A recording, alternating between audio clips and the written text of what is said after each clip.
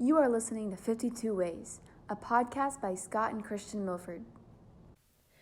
This is how you love one another, love one another. Hey, good afternoon, everybody, or good morning, or good evening, as they say on the Truman Show. This is 52 Ways to Love One Another. I'm Scott Milford. This is my son, Christian, and we are excited to host another edition of our podcast here. And I apologize that we're a couple of days late. We did record the whole thing, only to find out afterwards that we couldn't use it because the audio was no good. So we didn't get a chance to get back in here and do this again until today. Today's Saturday. And so we'll get this thing posted as quick as we can, so that we don't lose track with our 52 weeks out of the year, 52 Ways podcast idea. And by the way, I'm starting a new one that you'll see posted here real soon called 52 Ways to Live a Fun and Fulfilled Life. So we're going to dive into a whole lot of topics around that. You'll be seeing those posted up here real soon as well. So be on the lookout for that. Christian, how you doing? Doing great. Doing great. What you got planned for today? I'm going to play some violin. Going to play some violin? That's I'm exciting. going to watch Uncharted at the movie theater. Uncharted? Mhm. What's that about? It's a new movie about treasure hunting, and it has Tom Holland in it. So. And has what? Tom Holland. Tom Holland. Yeah. Who's this Tom Holland He's fellow? probably the most famous actor No, he's right not. now. Yeah, You're lying. No, he literally is. I think you're making him up, actually. Mm-mm. I have to Google Tom Holland. What else has he He's been in? considered to be like the cutest guy in the world. Oh, really? Mhm. Yeah. Took that crown away from you. Yeah. Yeah. What else has he been in? He's Spider-Man. Oh, that guy. Yeah, that guy. Well, there's been lots of Spider-Man. Well, the newest one. I don't know that guy. I'll have to watch. I saw the movie, though. So why he's old. This is why we have father-son here, so we get two generational perspectives on the topic that we're going to talk about. Yeah, we're going to head over to St. Charles, Missouri here in a little bit, and we're going to play some violin and see the nice people out there. It's a beautiful day. We're going to play out there in their beautiful downtown Main Street, and we always have a great time when we do that. And then we're going to see my niece in a production of Annie tonight, while Christian goes and sees Tom Holland, the cutest guy on earth in this movie. I just thought maybe you know him by that. Yeah, like I would know that. Yeah, I guess maybe he took that crown from Brad Pitt. That's always Maybe. been like the best looking guy in the Or world. the guy from Titanic. Oh, Leonardo. Yeah, Brad Pitt is from Missouri. He's DiCaprio. from Oh, Springfield, really? Missouri. I didn't know that. Yes. All right. Well, today we are going to get into the portion of the gospel. Actually, we're done with the Sermon on the Mount. That was several weeks where Jesus was teaching that famous sermon that Matthew, I think, helped him write. At least I keep talking about the chosen. We got to get that out of our head. Like our whole theology does not come from the chosen, but it's fresh in our heads. I just watched that episode. Anyway, so Jesus wrote the Sermon on the Mount, taught crazy stuff that blew people's minds about how we should be living and what the purpose of life is, and loving one another, and who's going to be, looked upon favorably in God's eyes, and, the hurting and the lost and the downtrodden, and all those things we've gotten into. And that's how we are supposed to look at people, to try to resemble the way that God sees us, to look at others in that same way, which is hard to do. So now we're moving on. And we are going to talk about when Jesus chose Matthew to be one of his disciples. And on the surface, if you don't know the story, it seems normal that Matthew would be one of the disciples, because Matthew, Mark, Luke, and John, it's just normal. And he's one of the main disciples, right? But we find here that, and if you know the context of who Matthew was, he was a very unexpected pick for Jesus. And we feel like there's a lot to learn by the fact that Jesus chose Matthew. There's a lot to learn for us in the way that we love people, the way that we interact with people. And hopefully this will be helpful for all of you as you listen up. He made a lot of unexpected picks. He made a lot of unexpected picks. One thing we don't learn about is, how did he pick Judas? Do we know that? I don't think that's I think we should cite our source from The Chosen. Yeah. Base it off of that. Yeah, the chosen is the new gospel. We'll just take everything they say.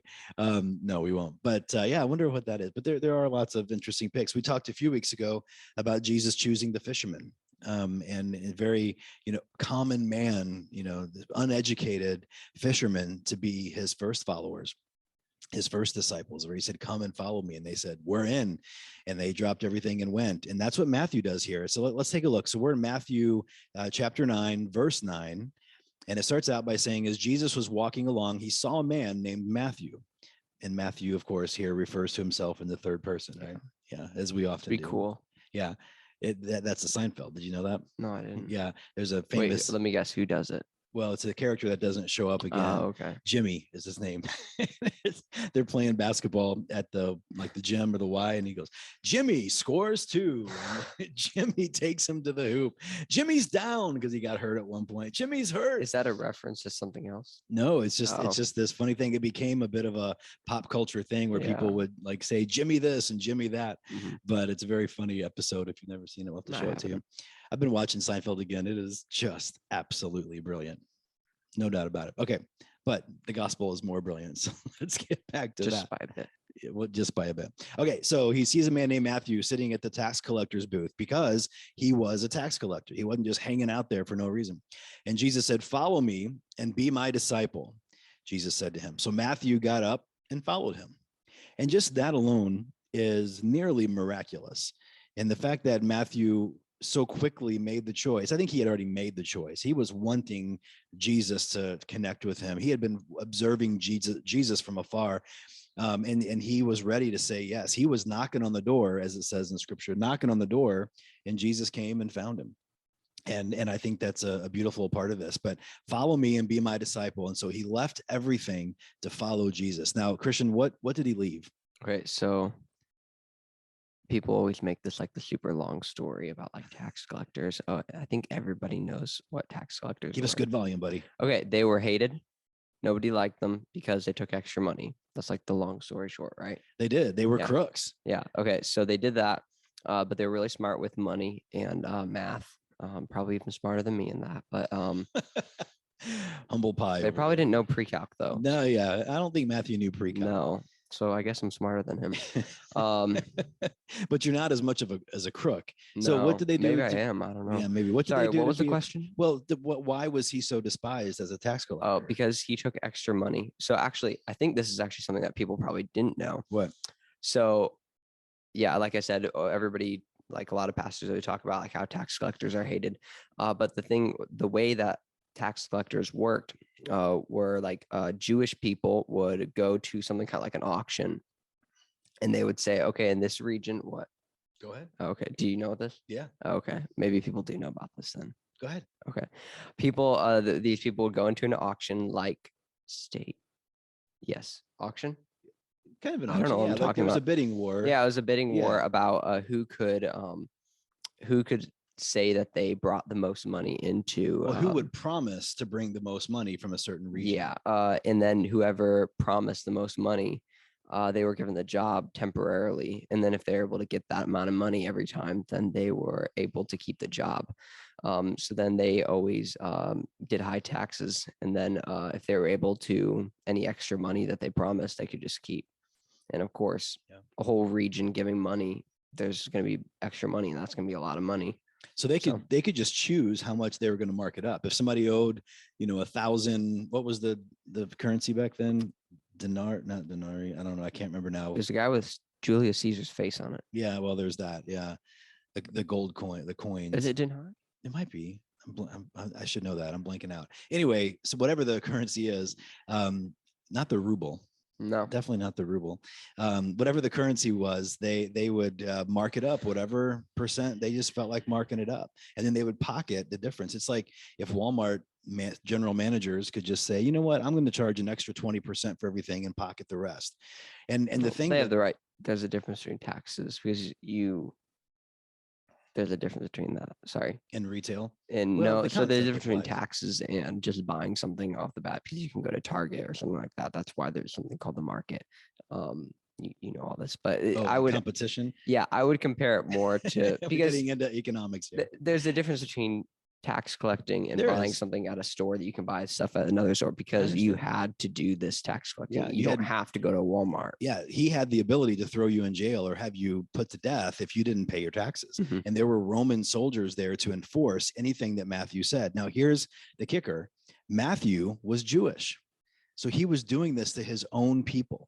He was betraying his own people on a regular basis. He was despised. He walked around in fancy clothes and he had to kind of, have a bodyguard with him to avoid these Jewish people just beating him up. Not because- based off The Chosen. That's definitely in the Bible. Yeah. Is it? I don't know. I don't know. That may have been off the But I chosen. think it's a logical conclusion to reach that he was so despised. He had to be careful because I guess, and imagine he took some beatings for being a tax collector. Well, maybe not, because people knew that they'd be put in jail if they did that. But anyway, he was a despised tax collector. And I was also thinking, this is not the only time, and we'll get to this later on. This is not the only time Jesus showed some love to a tax collector. There's a little guy named Zacchaeus that he shows some love to later on, and we'll get to that in a future edition of this. But Jesus had a way of finding these people that nobody else loved, and then publicly showing love to them, showing compassion and mercy to them. And he does it again here. And I think that's pretty amazing, that he chose this most despised person. So Christian and I were thinking, like, what would an equivalent of that be? And like, who is a modern day Matthew? It's a common name. We know lots of people named Matthew, but in the context here, like a hated person that maybe is chosen, that if chosen to do something religious or in a faith perspective, people would be like, what in the world? We're not giving any credibility to that church because they just chose that guy to be like an elder or something. So Christian, what are a couple of things that you came up with? Modern day Matthew. Yeah. So like salesman, right? Salesman can be. Sometimes salesmen are amazing. In your face salesman, I guess. In your face salesman, people that call you all the time, show up at your door. Yeah. And you're like, this guy again? You definitely don't do any of that stuff. No, you never did any of that I never stuff. did any of that in my job. No. Yeah. No, but you were a good salesman. I think. was. I never got door knocked by you, but you seemed like you would be a good one. I always smiled and tried to be nice to people, for sure. Mm-hmm. Not that I loved it, because I didn't, but I certainly was there to serve people, not to take advantage of them. And so, yeah, I think that's a good one. I've got a few here. Bernie Madoff. In my industry, Bernie Madoff, of course, is villain number one, because he gave our industry a really bad name, because he took advantage of people big time. He took millions and millions of dollars from people, ruined their retirements, got busted, and went to jail, and ended up his family, many of them went to jail. Lots of them committed suicide. Like, it was like this major thing. But that's kind of the equivalent of Matthew. And so imagine a local pastor saying, Bernie, I want you to be my elder in my church. I want you to be, on my staff. I want you to be a deacon in my church. And that church would probably not have, heck, we could even say, we want you to come and be the financial manager of our church. I mean, that's really what Jesus probably is doing. Bring in a lot of money. Probably not the right way. That's right. It would bring in a lot of money, but it would drive away all the people. Mm-hmm. So what's your second one? Nick Leeson. Oh, yeah. We spelled it wrong. Was it? Oh, I misspelled it. Okay. So what did he do? This guy, was it the onions or this is the bank, not the onions. You guys have no clue what I'm talking about. So the bank, so there's a super old bank, the oldest bank in Britain. And this guy, he made that bank go broke. He did some complicated things with stocks and bonds. Yeah. And he sold money that he didn't have. Somehow, you guys. So maybe it was a similar, complicated. Maybe like it a Ponzi was scheme like Bernie Madoff. It might have been the same. Yeah, he lost a lot of money. Then he tried to make it back, but then lost even more, and then tried to make it back and lost even more. People really didn't like him, so then he made the oldest bank in Britain go bankrupt. Yikes! He's kind of the Bernie Madoff of Britain, I guess. Yeah, I guess the Bernie of Britain. So those are a good couple of modern day Matthews. I got one more I want to share, and it's a funny one. So we love watching old TV shows at the Milford house, and one of the shows we love to watch is the Andy Griffith Show. Actually, we haven't watched that one in a while. We need to pull that one back out. But there's a character in there named Emmett, and Emmett is the town drunk. And every night he strolls in, stammers in, stumbles into the jail, unlocks it, lets himself in, locks himself out, locks himself in, hangs the key on the hook, and goes to sleep. Why did he do that? Because he needs to sleep it off, because he's drunk, and his wife didn't want to see him at home. So he just goes and he locks himself up for public drunkenness every night. And it's always very funny. Probably not great to make such humor out of drunkenness, but that's what he is. But imagine if the Reverend or Reverend Alden back at the Little House on the Prairie, if he were to grab someone like Emmett to bring him in and be somebody important in the church. I mean, that's what Jesus did here. He took the most despised person in town and made him a very important person in Jesus's life-changing ministry. So what do we learn from that? And why did he do that? And last time when we recorded this, Christian, and we messed up and didn't, record it right, or I messed up. Not your fault. I said something, then you disagreed. And actually, I think you're right. So what did you say? I said that, Jesus, he sees our hearts at a much deeper level than we could possibly see somebody else's heart. And I made the comment that, he was able to see Matthew's heart and see something of value in there. And maybe that had a role in him choosing Matthew to serve in this ministry. And you said, what did you say? I said, I disagree. Because? Did you forget? It was a good point. It was something about like the heart. And that like it wasn't there at all. Yeah, like you're saying he was 100% corrupt. Yeah. Oh yeah, I remember now. So he was 100% corrupt because the only thing that makes anybody remotely good is God, because hell is where the bad people go, and you're bad there because well, there's an absence of God. There's an absence of God and Jesus there, and that's why there's hopelessness in there. Do I remember your thoughts better than you remember your thoughts? Yeah, I think you do. Yeah, it's the idea that if you take lemonade and I drop a couple of drops of gasoline in your cup of lemonade, you're not going to drink that lemonade. It's all bad at that point. Mm-hmm. And that's what happens when sin comes into our life, is it really pollutes our entire life. And so, Matthew's heart was completely corrupt and polluted at this point. But I still hold to the idea that Jesus saw something in Matthew where he was hurting. The sin was not just this like maniacal, I'm going to conquer the world, sin. There was some part of Matthew that knew what he was doing was wrong. And Jesus saw that in him. And that's why Matthew was observing Jesus and wanted to be a part maybe of what's going on with Jesus, because Jesus was the talk of the town. And here comes Jesus, and he calls him. And so Matthew drops his luxurious lifestyle, even though he was hated, but he had a lot of money, and he follows him. I think it goes back to like, would you rather be a poor man but a lot of friends, but a rich man but no friends? Like I remember doing would you rathers with friends, and like, they would ask that question. If you do the money, they're like, ouch. No, but there's other ways to be rich besides money.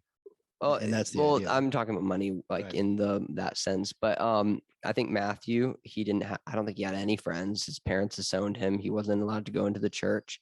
Nothing like that. That was definitely not based off the church. We gotta stop too. Okay.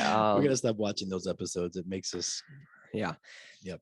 So yeah, he was. All that stuff is definitely true, and he just wasn't liked by anyone. But he did have a lot of money, so he could eat well, do all that stuff. Yeah. So it kind of goes to, but he definitely felt something that was missing in his life, that he wanted to be fulfilled, that money wasn't fulfilling.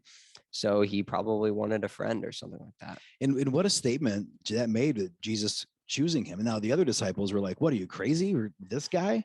But, to the common person in town, I'm sure, there were other criminals, and there were other people feeling broken like Matthew was probably feeling.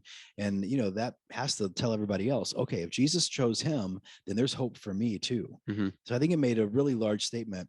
And I think it's so important that we in our lives, we don't discount and just rule out all the people that we view as the scum of the earth, the bad people in town, the bad people in our school, the dishonest people at work, the person in the neighborhood that always has the cops called on them, whatever it might be. Like, those are people that have value.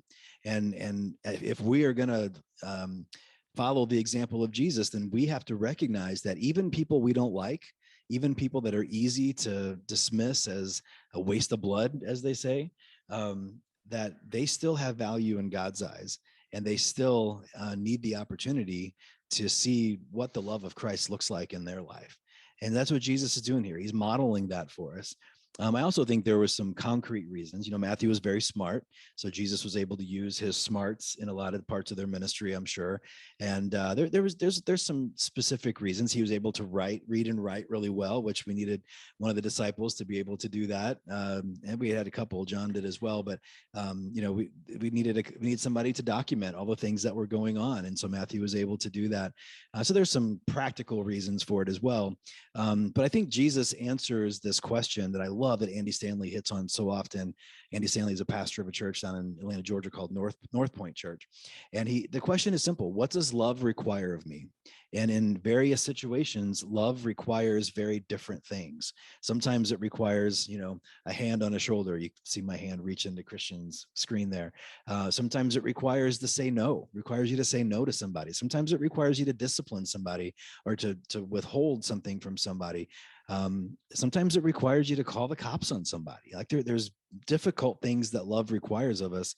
And in this situation, Jesus recognized that love required him to take a chance on a criminal, on a crooked tax collector that was despised in his town. And he knew that it could derail his ministry, although Jesus being Jesus, he knew that it wouldn't. And he didn't take any risk. And what? He didn't take any risk. He didn't take any risk. No. Well, he's fully human as well. But he's fully God. But he's fully human. But he's fully God. We could go on. So I think we need to take similar risks, though. Let's take risks on people. And if once in a while it blows up in our face, could be worse. But I think the win is more. There's a bigger upside than there is downside in most situations when you take a risk on somebody. Yawning over there? Mm-mm. Kind of swallowing that yawn. Mm-hmm. So then let's go on to the next couple of verses here. Later it says Matthew invited Jesus and his disciples to his home as dinner guests. It's getting real. Now they got to go to their house and have dinner, along with many tax collectors and other disreputable sinners. But when the Pharisees saw this, they asked his disciples, why does your teacher eat with such scum? Kind of like the Mets in the 80s. They are pond scum. You don't know what I'm talking about, but we hated the New York Mets here in St. Louis. We called them pond scum. We had t-shirts with a big green blob and it said Mets are pond scum on it. And that's what the Pharisees are saying here. These people are scum. Why would Jesus, your teacher, eat with such scum? Think about that. I always use the example of, like, we live in Freeburg, Illinois, in the Metro East area of St. Louis, and right near us is East St. Louis, which there's a lot of strip clubs there. And I always think, what if a local pastor went down and gathered a bunch of strippers for a dinner and had dinner with a bunch of strippers? What do you think would be said about that pastor? What do you think? A lot of bad things. A lot of bad things. Yeah, sure, he's ministering to that crowd. Sure he is. Yeah, right. And that's exactly what the Pharisees are saying here. Jesus is Jesus and we're not. So I think that plays a role here too. He was tempted, but never gave in to the temptations of this world. I think we would fail miserably in a similar situation. But really, from the outside looking in, that's what Jesus is doing here. He's associating himself with the people that the religious leaders cannot believe he's associating himself with. Yeah. Yeah. I think if you're in school right now, and Christian, you tell me in the lunchroom at school, and your school might be a little different, but if you're in the lunchroom right now and maybe you're a pretty good kid, maybe you're a Christ follower at school, and I know in my lunchroom days there were the athletes that sat over there, and then the cool kids over there. A lot of times that was the same group, and then there was the nerds that sat over here, and then there was we used to call them stoners, the ones that wore black concert T-shirts and had long hair and smoked marijuana, which that's pretty much everybody these days. But they sat on their own table, and there's a troublemaker table and all this, and that was just the way it was. What if you, as a Christian college student or high school student or grade school student, took a chance and went over and sat down at a table that was with the quote bad kids? What would that look like? What would your teacher say? What would your parents say? What would your friends say? Is that a risk worth taking? I think these are all important questions. How realistic is that, Christian? I go to a small private Christian school. Yeah. That's not really how it works in It's my place. It's more of like, hey, do you want to come sit down and play cards? Yeah. Not as many different divisions. No, not really. But for the kids that go to public school, they are there. There's Probably, no doubt. yeah. I think that's. And I would encourage you as Christ followers, as students, to go sit. And maybe you're at the lunchroom at work, and maybe there's like a group of Christians that always sit together because you have a lot in common. Go sit with the partiers. Go hang out with them. And you are the light that could change their life. You can reflect the light of Christ, and that's what Jesus is doing here. Then it goes on to say, we'll wrap this up here. Then it goes on to say, when Jesus heard this, he said, healthy people don't need a doctor, sick people do. Then he added, now go and learn the meaning of this scripture. He had a way of just speaking very sharply to the Pharisees, didn't he? I want to show mercy, not offer sacrifices. For I have come to call not those who think they are righteous, but those who know that they are sinners. Jesus was a rebel when it came to this. Let's just call it what it is. Like, if you put together all the pastors in your town, there's a good chance they are the equivalent of the Pharisees. And if Jesus had come along when they were in charge of the churches in their town, they probably wouldn't have accepted Jesus right away either, because he was so contrary to what they believed to be true about church and about God. So I think we have to take this with us in our lives. We got to find ways to find Matthews and choose them and take risks. Is there any way you can think, Christian, Agreed. that you can find a Matthew and take a risk? Is that real for you in your life? Yeah. Yeah. I can't think of anything right now because. Well, and as you listen to this podcast, everybody, and even Christian, you and I, as we sit here and record it, I think it's important to recognize just knowing that is something that we should be aware of. That will hopefully help us to find those opportunities. Kind of like whenever we bought our van, it's like, oh, now we notice every single conversion van that we drive past, or when we had that SUV, we noticed every one that we drove past, whereas before we maybe didn't notice it a lot. But whenever you're tuned in, the Volvo one. Oh, yeah. Whenever you're tuned into something, it's on your mind, you tend to see it all around you. And so now let's just kind of call it this finding Matthews. Let's find Matthews out there that we can connect to and take a chance on, because they are out there and they are hurting and they need the love of Christ, just like those of us that have already found it. All right. Next week, we'll dive right back in and see what we can learn from Jesus when it comes to figuring out how we can love and encourage people and love one another the way that he loved us. And it's so important. And I hope that what we're doing here is going to make a little dent in our crazy, mixed up, politically divided world. We'll see you next time. Bye.